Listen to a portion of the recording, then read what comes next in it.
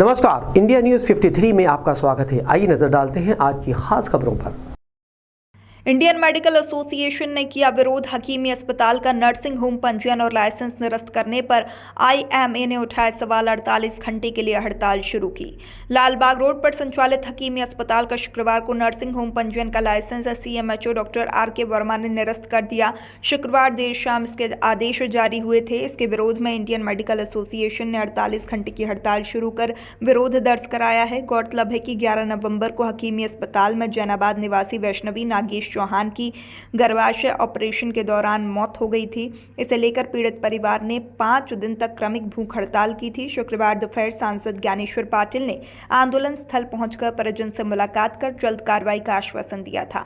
शाम में सीएमएचओ की ओर से पत्र जारी कर लाइसेंस निरस्त कर दिया गया। इसका आईएमए विरोध कर रहा है। इंडियन मेडिकल एसोसिएशन अध्यक्ष डॉक्टर आबिद सैयद ने कहा कि प्रशासन ने हकीमी अस्पताल पर रजिस्ट्रेशन कैंसिल करने का नोटिस जारी किया है, जबकि रजिस्ट्रेशन कैंसिल करने से पहले कमियां दूर करने का समय दिया जाता है। अस्पताल कमियों को पूरी करता है और रजिस्ट्रेशन बहाल किया जाता है। फिलहाल जो कार्रवाई सीएमएचओ की ओर से की गई है उसमें उन्होंने सीधे रजिस्ट्रेशन कैंसिल करने का ऑर्डर दिया है। हम 48 घंटे की हड़ताल कर रहे हैं। इस दौरान हमारी सारी ओपीडी सेवाएं बंद रहेंगी, इमरजेंसी सेवा चालू रहेगी। एडीएम की जांच पर सवाल नहीं उठाए हैं, लेकिन हमारा यह कहना है कि जो कमियां उनको मिली थी वह कमियां नोटिस में नहीं दर्शाई गईं। जैसे आदेश निकला है उससे ऐसा लगता है कि कहीं न कहीं दबाव ने आदेश निकाला है। डॉक्टर कृतिका तारवाला ने कहा कि एक मामले के कारण मरीज पेशेंट का जो रिश्ता खराब हुआ है उसे सभी को समझना चाहिए। इस दौरान काफ़ी संख्या में नगर के डॉक्टर्स मौजूद रहे। इस बात के लिए यहाँ एकत्रित हुआ है कि प्रशासन ने हकीमी हॉस्पिटल के ऊपर रजिस्ट्रेशन कैंसिल करने का एक नोटिस जारी किया है। तो प्रशासन ने नोटिस जारी करते वक्त उसको इमीडिएट इफेक्ट के हिसाब से बोला है कि आज से आपका अस्पताल बंद किया है।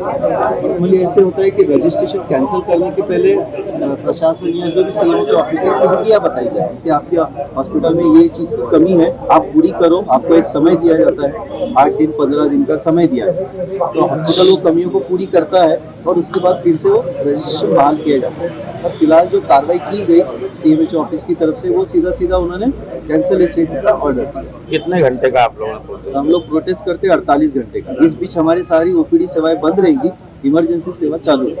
विगत दिनों में जो पेशेंट के साथ हुआ उस पूरे परिवार के साथ मुझे संवेदना है। बट मैं बताना चाहती हूँ कि वो पेशेंट मेरे पास 8 महीनों से इलाज करवाने आया है। उसके जो प्रोसीजर्स थे वो उसके पेशेंट और फैमिली को समझा दिए गए थे और पेशेंट से मेरे बहुत अच्छे टर्म्स थे, बहुत विश्वास वाला रिलेशन था हम दोनों का। दोनों परिवारों के बीच में अच्छे संबंध थे। उस दिन जो हुआ उसके लिए मुझे बहुत दुख है। मेरी पूरी संवेदना फैमिली के साथ है। जितना उस फैमिली को दुख हुआ उतना ही मुझे भी दुख है और किसी भी डॉक्टर को दुख होता है। जैसे एक पेशेंट रहता है, जैसे मैडम ने बोला कि कोई भी डॉक्टर नहीं चाहता कि उसका पेशेंट खराब हो या उसका नाम खराब हो। वैसा ही मैं भी उन सभी डॉक्टर और इंसानों के से मुझे भी बुरा लगता है कि मेरे पेशेंट के साथ ऐसा हुआ। लेकिन इन स्पीच में जो मेरे खिलाफ जो अपमानजनक शब्द इस्तेमाल किए वो उन्होंने मुझे बहुत क्षति पहुँचाई है।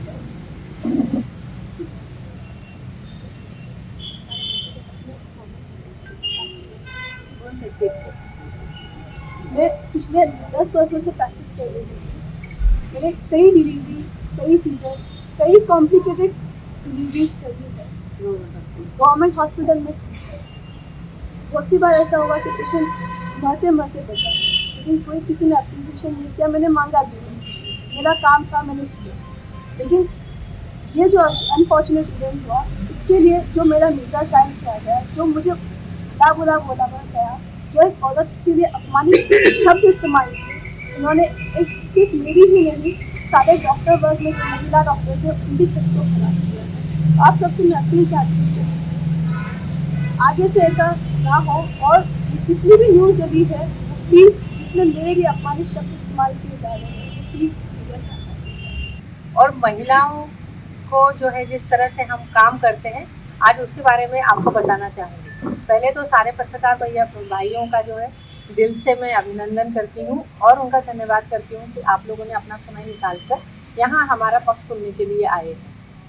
पहले तो मैं उस पीड़ित परिवार के साथ संवेदना व्यक्त करती हूँ और उनके दुख में उनके साथ खड़े हैं हम पूरा IMA, पूरा फीमेल डॉक्टर्स और सभी लोग हम उसके साथ में खड़े हैं कि उसके साथ जो कुछ हुआ वो वाकई बहुत दुर्भाग्यपूर्ण था।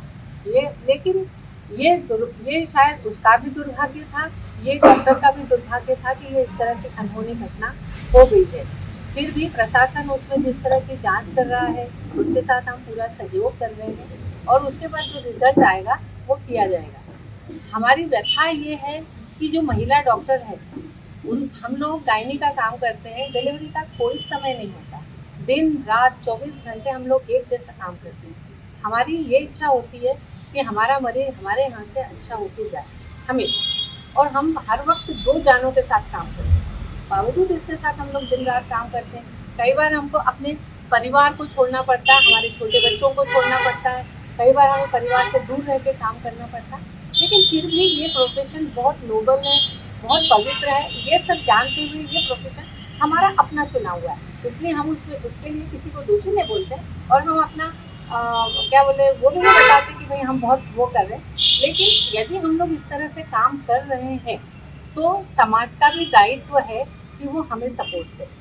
तो जो दुर्भाग्यपूर्ण घटना हो गई है, जो कॉम्प्लिकेशन है, उसको लेके डॉक्टर के चरित्र के साथ जोड़ना, उनका सोशल मीडिया पर इस तरह से जो भी उनके खिलाफ बोलना, जितनी गंदी भाषा का उपयोग करना, क्या ये जायज़ है? ये मैं आप लोगों से पूछती हूँ, क्या ये जायज़ है? क्या इस तरह करना चाहिए? इसके पक्ष में कभी तो किसी को आना पड़ेगा। क्यों समाज इसके पक्ष में नहीं आता कि इस तरह की भाषा का आप उपयोग ना करें? ये कॉम्प्लिकेशन है। मैं आपको अभी एक उदाहरण देती हूँ। राजामुंद्री में डॉक्टर सुमीना थी, वो MD रेडियोलॉजी थी। सेकेंड डिलीवरी में उनके साथ सेम घटना हुई, एमनियोटिक फ्लूइड एम्बोलिज्म हुआ। इतना बड़ा हॉस्पिटल, इतने उनके अपने डॉक्टर्स रहते हुए भी वो बचा नहीं पाए। ये एम्बोलिज्म है या ये कॉम्प्लिकेशन है जो भी पेशेंट के साथ में होता है, उसके ये बहुत अनसर्टेन ब्रांच है। ये किसके साथ होगा ये कोई नहीं जानता। सारी मेडिकल ट्रीटमेंट लेने के बाद, सब कुछ करने के बाद भी कभी कभी इस दुर्भाग्यपूर्ण परिस्थिति से हमको गुजरना पड़ता है। लेकिन उन सबके साथ में आप हमारी दी हुई पुरानी सेवाओं को भुला तो नहीं सकते। उसके लिए समाज में कुछ तो करना चाहिए, और इस तरह से बिल्कुल पूरे समाज में। राजस्व और नगर निगम की संयुक्त टीम ने झुग्गी बस्ती और नाले किनारे रहने वाले लोगों का किया सर्वे, मिलेगा शासकीय पट्टों का लाभ। मध्य प्रदेश शासन द्वारा झुग्गी बस्ती और नाले किनारे लंबे समय से निवास करने वाले परिवारों को शासकीय भूमि के पट्टों का लाभ देने के लिए सर्वे के आदेश जारी किए गए हैं। जिला प्रशासन द्वारा राजस्व और नगर निगम की संयुक्त टीम बनाकर सर्वे का कार्य कराया जा रहा है। शनिवार दोपहर 1 बजे राजस्व और नगर निगम की संयुक्त टीम ने राजू नगर क्षेत्र में पहुंचकर पांडारोल नाले के आसपास निवास करने वाले परिवारों का सर्वे किया, जिसमें 2020 के बाद शासकीय भूमि पर किए गए कब्जे का रिकॉर्ड निकालकर उनका सत्यापन किया जा रहा है, जिसके आधार पर सभी को शासकीय भूमि के पट्टों का लाभ दिया जाएगा।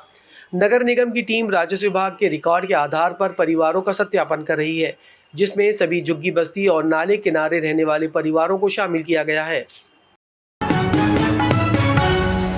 रेणुका पुलिस लाइन में अफसर जवानों को दिया गया CPR का प्रशिक्षण, CPR का सही तरीका समझाया गया। बुरहानपुर पुलिस द्वारा पुलिस मुख्यालय भोपाल के निर्देश पर रेणुका पुलिस लाइन में CPR प्रशिक्षण का आयोजन किया गया। पुलिस फोर्स को CPR देने के उचित तरीके के संबंध में जानकारी प्रदान की गई। SP देवेंद्र पाटीदार ने कहा कि किसी भी घटना, दुर्घटना में या अचानक से बेहोश होने वाले व्यक्तियों को प्राथमिक उपचार के रूप में CPR दिए जाने से व्यक्ति की जान बच सकती है। इस प्रकार की कुछ घटनाएं देखी भी गई हैं, जहां पुलिस कर्मियों द्वारा मौके पर CPR देने से पीड़ित की जान बची है और समाज में पुलिस की इस कार्रवाई की काफ़ी सराहना भी हुई है। CPR एक बहुत ही महत्वपूर्ण है।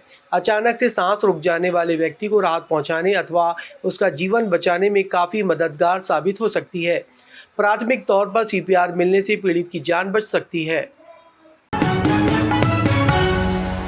अपर कलेक्टर ने कलेक्टर कार्यालय परिसर का किया निरीक्षण, गेट निर्माण कार्य देखकर सुधार करने के दिए निर्देश। बुरहानपुर के अपर कलेक्टर वीर सिंह चौहान ने शनिवार को संयुक्त कलेक्टर कार्यालय परिसर का औचक निरीक्षण किया। इस दौरान उन्होंने कलेक्टर कार्यालय में बन रहे नवनिर्मित लोहे के गेट का कार्य भी देखा। साथ ही खामियां मिलने पर मजदूरों को सुधार करने के निर्देश दिए। अपर कलेक्टर ने कहा कि गेट की गुणवत्ता अच्छी हो, साथ ही मजबूती से कार्य किया जाए, क्योंकि कलेक्टर कार्यालय में ही अधिकतर धरना प्रदर्शन और आंदोलन होते हैं, जिसके कारण कलेक्टर कार्यालय में आने वाले लोगों की भीड़ को रोकना मुश्किल हो जाता है।